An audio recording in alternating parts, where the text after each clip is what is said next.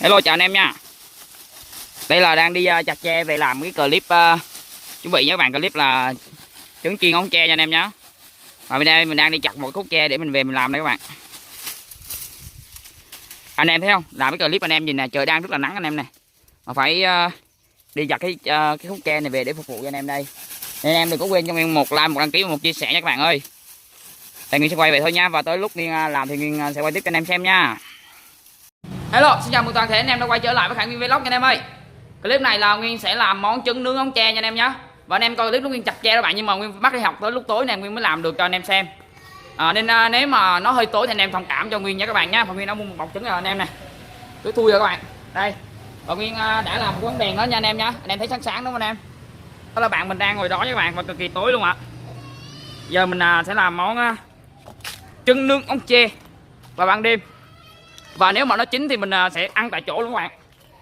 Đây nha, và mình sẽ đợi mình quay cho anh em xem tiếp nha.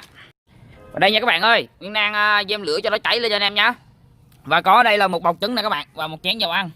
Và đây là một cái ống tre nha anh em nhé. Đây, chặt cả buổi trưa này các bạn. Nó hơi xấu nha anh em. Rồi sao kê lên, cái gì kê lên. Và đây các bạn, lửa đang cháy cực kỳ mạnh luôn các bạn. Và đang bỏ thêm củi vào nữa nha anh em. Rồi kém ra sao? Bây giờ mình sẽ làm một cái giá để mình kê lên nha các bạn ơi.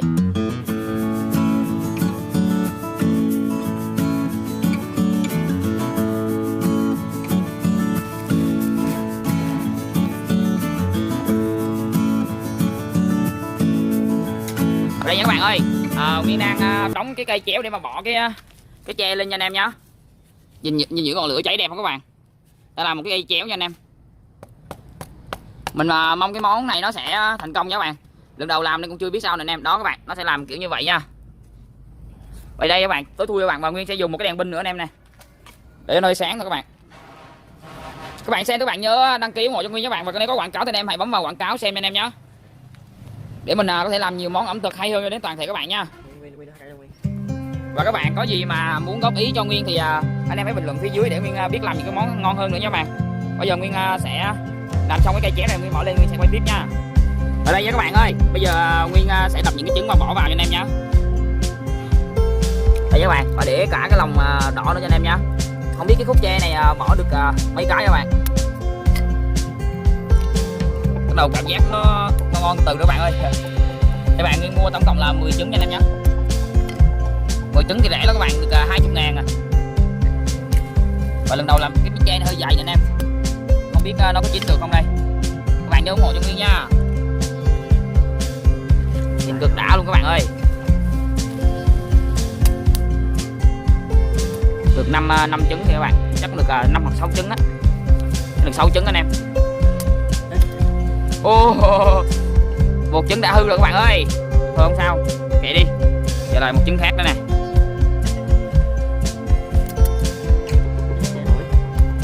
Ui, cây kia cháy luôn rồi. Trời, nó cháy cả cây trống luôn các bạn ơi. Lửa to quá sao rồi. Rồi, ok rồi đó. Đang để trên cái giá cho anh em nha. Và cái cây kia cảm giác đang cháy rất mạnh rồi kìa, phải để không đi là nó lật ngược là xong luôn đấy. Đây nè, anh em thấy những đang nấu vào ban đêm nha các bạn. Nhìn ngọn lửa rất đẹp các bạn ơi. Quá là nguy hiểm luôn các bạn.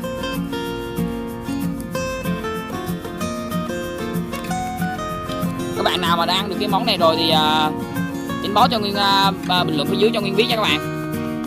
Và đây là lần đầu làm nên cũng nhát sợ nên em. Hai cây đều cháy rồi thì kìa. Và các bạn ơi, nỗi buồn nào cũng đã đến nha anh em nhé. Cái giá nó đã lên đó và nó đã bị rớt các bạn mới làm lại anh em nè, và nó đã thiệt hại cho mình là 2 cái trứng rồi các bạn. Và bây giờ mình sẽ đập lại nha anh em nha. Thì đổ 2 trứng các bạn, nãy 5 cái không ta, 6 cái. Bây giờ còn được 3 cái à. Đây bạn, giờ đập lại nha, đập lại thêm một cái thôi, dùng một cái đi. Vì anh em nha. Và mới làm lại kia, giờ chơi cái kia bằng sắt luôn các bạn, để cho nó chắc luôn. Và mình mới đổi lại cái kệ mới anh em nè, là kệ bằng kẽm các bạn, mới vô làm lại anh em. Cực kỳ buồn luôn các bạn. Và anh em nha, cuối cùng cũng làm xong rồi nè các bạn. Giờ mình sẽ vẽ lên đó và mình sẽ nướng thử nha các bạn, không biết nó chín không đây. Giờ bỏ xuống đi, mình bẻ con kẽm lên lại. Thả xuống đi cho nằm trên đó, bắt đầu bằng cái con kẽm cái đầu á, thả xuống đi. Nó nằm xuống giữa lửa luôn, rồi mình kéo. Đây giờ mình sẽ chỉnh lại bẻ khúc đầu xíu cho anh em nhé. Và thì Khải anh em nhìn anh em bỏ quá trời chỉnh luôn anh em nè. Dừng lại ngã tiếp, lần đầu làm nha các bạn, nên nó còn khó khăn về nhiều thứ nha nên các bạn thông cảm nha.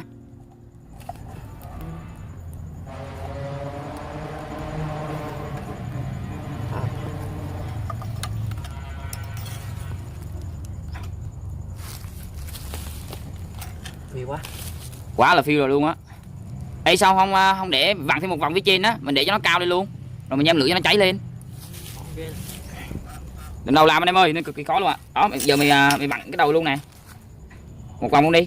Giữ đầu nha, đừng có nha. Đó rồi đút cái cây dưới này luôn nè, rồi cái gì mình châm lửa lên khỏi cái cây trên là để cho nắm. Đây nha các bạn, được đó sao đâu sao á, phiêu quá các bạn ơi. Và làm vào buổi đêm các bạn nó cũng có chút khó khăn nha, nên em xem tới đây thì anh em phải nhớ like nha. Bẻ cong lên xuống đi. Anh em xem gì anh em nhớ like nha anh em ơi. Ơi nghiêng kìa. Ơi.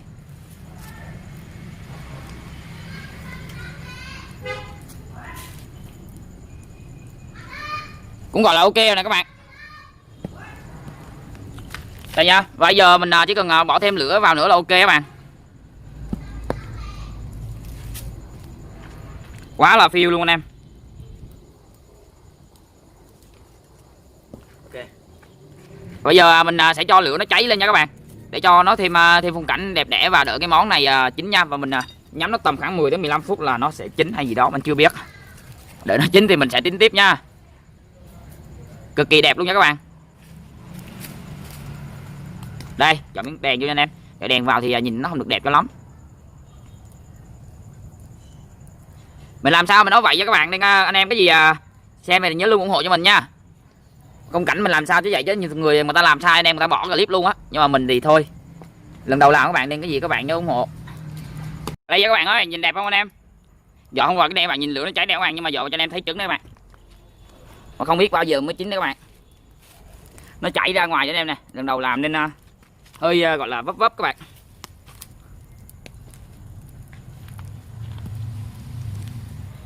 Anh em tắt đèn nó nhìn nó đẹp không? Anh em thấy làm buổi khuya rất khổ luôn nha, nên các bạn hãy nhớ like và đăng ký ủng hộ cho Nguyên nha. Đây là khung cảnh anh em. Một bóng đèn các bạn, cái đèn cho nó chớp sáng các bạn.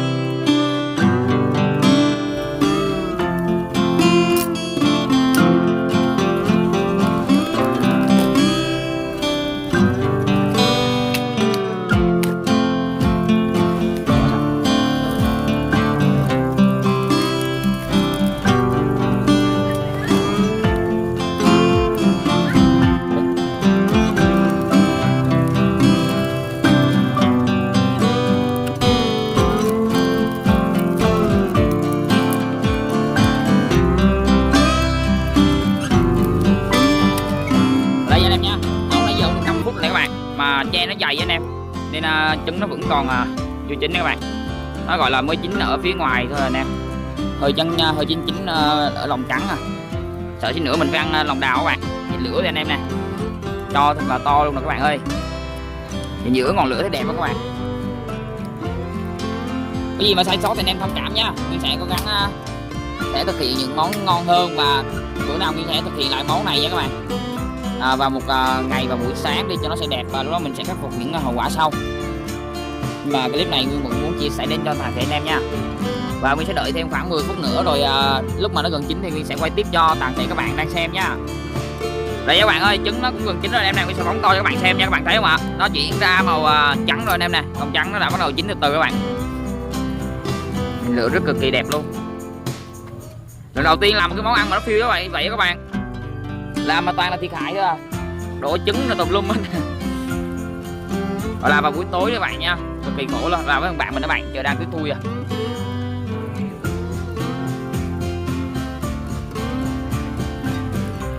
Nhìn là muốn ăn rồi các bạn, nhưng không biết chứ nữa ăn có bị sao không đây. Bao giờ mà anh em thấy Nguyên còn đăng clip này là anh em biết bình thường nha. Chào anh em nha. Chào các bạn nha, đã dùng bằng đèn pin nha các bạn. Đây, món tiếng đang làm này anh em nè. Giờ mình phải quay cái mặt mình chứ không thì lúc anh em kêu không phải mình làm các bạn, mình quay mặt mình cho các bạn coi. Và không trời tối thui. Và món trứng đã gần chín rồi các bạn. Bạn nhớ ủng hộ cho Nguyên nha, lần đầu làm anh em, nếu có gì sai sót thì anh em bỏ qua nha các bạn. Sẽ cố gắng làm nhiều món hay hơn từ món ống tre nữa nha. Các bạn hãy nhớ ủng hộ và nhớ like, đăng ký và chia sẻ, và có quảng cáo nhớ xem quảng cáo ủng hộ cho mình nha, để có chút kinh phí và để tổ chức mini game sắp tới ăn mừng 5k sub nha các bạn. Bây giờ Nguyên sẽ đổi camera lại và quay trực tiếp cho anh em coi món trứng nó sẽ gần chín như thế nào nha. Đây nha anh em nha, trứng nó gần chín rồi này các bạn. Các bạn thấy nó bắt đầu nó trắng rồi, nó đã trứng rồi anh em, nó là chín lòng đào rồi các bạn. Nguyên sẽ phóng to lên cho anh em coi cho nó cực kỹ hơn nha. Đây các bạn nha, bạn thấy không ạ? Bắt đầu nó chín lòng đào rồi anh em này, chắc nữa Nguyên sẽ để xíu cho nó chín, Nguyên sẽ ăn thử lòng đào nha các bạn, được review luôn em. Bây giờ mà có củ khoai gì mà nấu nữa anh em, còn ngon biết mấy nữa, tiếc là không có thôi. Hoặc là con gà các bạn, bữa nào thử làm món gà nướng nữa tiếp nha. Và giờ Nguyên sẽ đợi lúc nó chín hẳn luôn các bạn, và Nguyên sẽ đem xuống và thử cho anh em coi nha. Và anh em ơi, trứng nó cũng gần chín rồi các bạn nhìn cái màu thấy đẹp không các bạn ơi. Giờ Nguyên Nguyên sẽ đem vào, Nguyên sẽ thưởng thức cho anh em nha. Và cái ống tre nó bắt đầu nó cũng cháy đen thui rồi các bạn, và nó đang gọi là đang chín lòng đào cho anh em nha. Và mình đang ủ vô than cho trong cho nó nóng thêm xíu nữa. Nhìn là thấy thèm chứ các bạn. Nhìn anh em nha, phóng to cho anh em coi nè, 50 trứng nè các bạn, quá đẹp luôn ạ. Bạn nào mà đói bụng thì cũng đem vào cho tủ lạnh, mình có cái trứng không cũng đem ra mà cũng bỏ chảo và cũng chiên cho anh em nhá. Nguyên nướng nha, nhưng các bạn thì các bạn hãy chiên cũng chiên trứng luôn nha, hoặc bỏ tô cơm và cùng ăn luôn nha anh em, cho đỡ thèm nha. Đây anh em nha, bây giờ Nguyên sẽ chuẩn bị Nguyên vô kia, Nguyên sẽ review cho các bạn ăn nha. Đây các bạn ơi, đang đem vô cho anh em nhá, đang thùi lùi luôn rồi anh em ơi. Đây vì nó thơm cũng đã đó các bạn ơi. Đây nha, giờ sẽ đem tới cái video này thành sáng hơn nha các bạn. Đây nó im cái nào. Đây giờ sẽ để đem tới chỗ này các bạn, chỗ nào sáng chỗ đây đi, giờ để chỗ đây đi, rồi tao sẽ đem cái mình sẽ ăn bằng tương ớt các bạn, sẽ đem ra thử cái món thứ này nha. Đây các bạn nha, vật lộn gần cả hơn nửa tiếng anh em, cuối cùng trứng nó cũng gọi là trứng chín hồng đào nè các bạn. Nhìn màu cực kỳ đẹp luôn anh em, đây cho anh em thấy nha, đây luôn các bạn. Đây bây giờ không đi thiên nữa mình sẽ thử thành phẩm của mình nha các bạn. Mình sẽ ăn thử bằng tương ớt để mình coi thử, gọi là giờ nó đang gọi là chín hồng đào nha các bạn ơi. Đây anh em, nó đang gọi là chín hồng đào các bạn, nhìn đảo các bạn. Đây rồi anh em, cái lông đỏ nha, nó hơi dính cái màu đen đen của tre các bạn, mà không sao đâu. Đây anh em, ngon ngon ngon. Đây anh em, thử thử nha các bạn. Gì vậy rồi, ngon.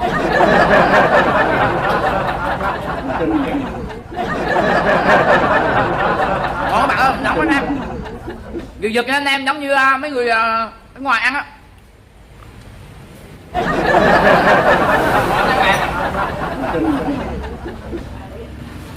Thơm nha anh em nha,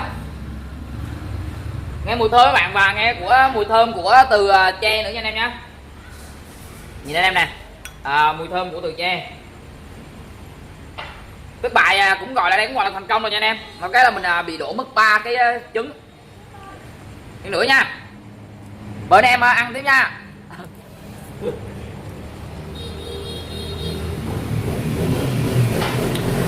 Ngon lắm các bạn, ok nha anh em nhé. Đây cho anh em coi chi tiết hơn nè. Đây anh em nha, đây là cho anh em coi chi tiết, nó không lấy né được các bạn, lờ ra. Đây các bạn, nhìn ngon chưa các bạn. Đã cho anh em các bạn nha. Bây giờ mình sẽ thử miếng cuối của em nói nha các bạn. Nước rồi nha anh em nha, nước vào nè. Đã các bạn ơi. Đây anh em, đây nha, tương ớt nhiều luôn đó các bạn. Đây nha, thơm thơm thơm cả mùi tre nữa nha. Thì miếng thử đi, nhìn nó đã quá. Nhãn nhá, ngon. Ngon lắm anh em ơi. Muốn nhỏ nữa là mình sẽ kết thúc video nha. Đây chạy đuổi gì kìa, nữa rồi. Rồi tới đây Nguyên cũng xin kết thúc nha. Nếu các bạn thấy hay thì nhớ cho Nguyên một like, một đăng ký và nhấn chia sẻ những để xem nhiều video ẩm thực của Nguyên nữa nha bạn. Và mình là Khải Nguyên Vlog, xin chào bạn em những clip tiếp theo nha. Bye.